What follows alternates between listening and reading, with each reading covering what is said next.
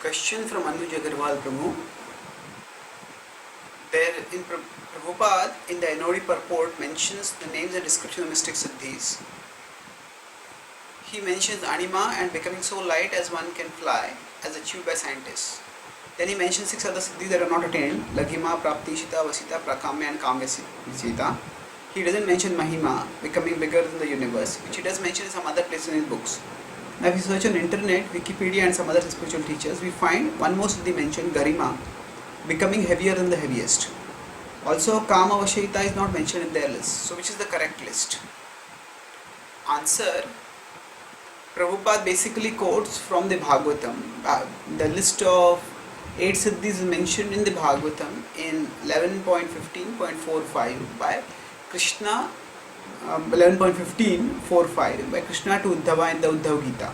So Anima Mahima Murte Laghima Praptirindriyai Prakamyam Shatadrishteshu Shakti Preranamishita Gudeshva Asango Vashita Yatkamastadavasyati Etame Siddhayo Saumya Ashtav Utpatikamataha. So here in this particular list also the Garima Siddhi is not mentioned. So the same 8 siddhis. Now Prabhupada, when he mentions it in other places, he is not necessarily giving a technical listing. So that's why sometimes 6 may be mentioned, 7 may be mentioned. The technical listing comes in the Bhagavatam. Now here also we have to understand one important thing, that as far as the siddhi of becoming heavier than the heaviest is concerned, we see that Krishna exhibited that when he was being carried away by Trunavarta. He went for a free ride, and when he wanted to end the ride, he just increased his weight. And now Balramji, when he was being carried by a demon, at that time that demon suddenly increased the size. So that's a different kind of siddhi. So if we look at the basic point which is being mentioned over here, the Bhagavatam does describe different kind of siddhis.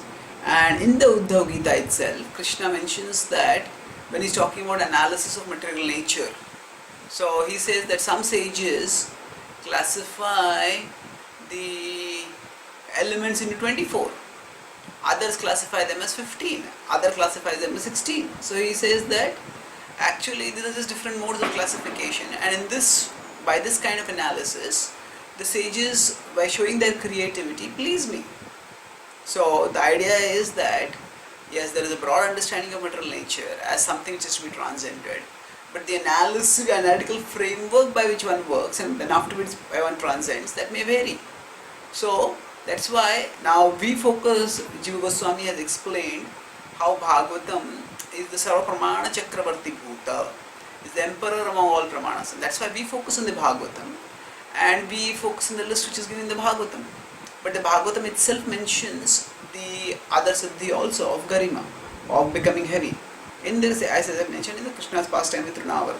So it's not that the siddhi is not known. This is just one analytical framework by which the possession of mystic powers can be understood. Now while working in action, a demon may actually employ 2-3 siddhis together at one time also. And at some other time the demon may actually be given certain powers which are extraordinary in some ways. So we have to understand that we should not, whenever there is any taxonomy means a system of classification and nomenclature for that classification. Now taxonomy cannot give a complete one-to-one correspondence with reality. Because taxonomy is basic, reality is often far more complex than the taxonomical system. So therefore, when we try to reduce reality to taxonomy, there will always be borderline cases, and there can be other ways of doing taxonomy also. So for example, when you draw a map of India, there can be a political map of India, there transport road map of India, there can be a physical terrain map of India. There can be different kinds of maps, and accordingly certain features will appear different. So basically the focus is on, whenever Prabhupada talks about siddhis, or even when Krishna talks about siddhis in the 11th canto, the focus is on understanding that such capacity to manipulate material nature, although it's impressive in the eyes of common people, from the transcendental perspective, it is nothing very great. Because ultimately, life and material existence is temporary, and no matter how much one is able to control material nature, still one stays in the bondage of material existence and cannot get out of that. That's why one should not get too enamored by this. That is the essential point of talking about the analytical framework which is given in any scripture. We accept, of course, the analytical scripture given by the Bhagavatam and by Srila Prabhupada, but that doesn't mean that this list is right and other is wrong. That's just another way of looking at the mystic siddhis. Thank you. Hare Krishna.